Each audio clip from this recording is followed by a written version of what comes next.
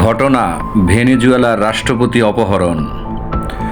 মূলত জাপান কর্তৃক Pearl Harbor, যা মার্কিন নৌ ঘাঁটি, আক্রান্ত হওয়ার পর মার্কিন যুক্তরাষ্ট্র দ্বিতীয় বিশ্বযুদ্ধে আনুষ্ঠানিকভাবে অংশগ্রহণ করে এবং মার্কিনীদের অংশগ্রহণের ভিত্তিতে মিত্রশক্তি জয়লাভ করে। হিটলার ও তার অক্ষ পরাজিত হয়। মিত্রশক্তির জয়ের কারণে মার্কিনীদের ক্ষমতা বেড়ে যায়, আর ক্ষমতা বেড়ে গেলে যে কোনো রাষ্ট্রের পররাষ্ট্রনীতির লক্ষ্য উদ্দেশ্যের পরিধিও বেড়ে যায়।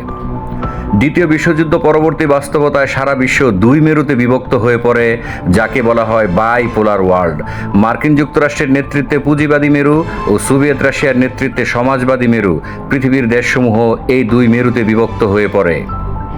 90 দশকে সোভিয়েত রাশিয়া ভেঙে পড়ার পর সারা পৃথিবীতে মার্কিনীরা অপ্রতিরোধ্য একক বিশ্ব মোড়লে পরিণত হয়, যাকে বলা হয় এক মেরু বিশ্ব বা ইউনিপোলার ওয়ার্ল্ড। মার্কিনীদের শক্তির উৎস, কৌশল বা উপাদানগুলো কি কি?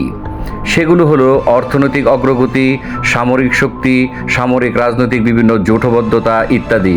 পররাষ্ট্রনীতি ও কূটনীতির বাস্তবতায় একটি দেশ অপর একটি দেশের সাথে যুদ্ধে জড়িয়ে পড়ার ক্ষেত্রে যে পর্যায়গুলি অতিক্রম করে সেগুলো হলো বৈরীমূলক রাজনৈতিক প্রবণতা, প্রচার কার্য, কূটনীতি ও সবশেষে যুদ্ধ।